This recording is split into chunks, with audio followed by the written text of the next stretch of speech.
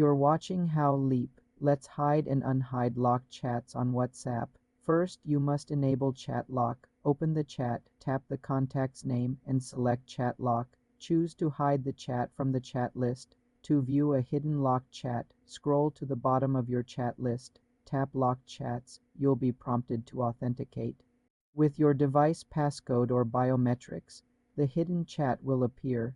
To unhide it, open the locked chat, tap the contact's name, and turn off chat lock. You're watching how Leap lets hide and unhide locked chats on WhatsApp. First, you must enable chat lock. Open the chat, tap the contact's name, and select chat lock. Choose to hide the chat from the chat list.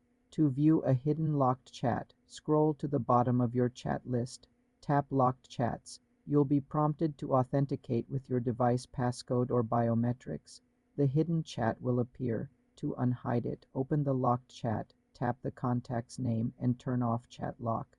The chat will return to your main chat list. For more simple tech tutorials, subscribe to the channel.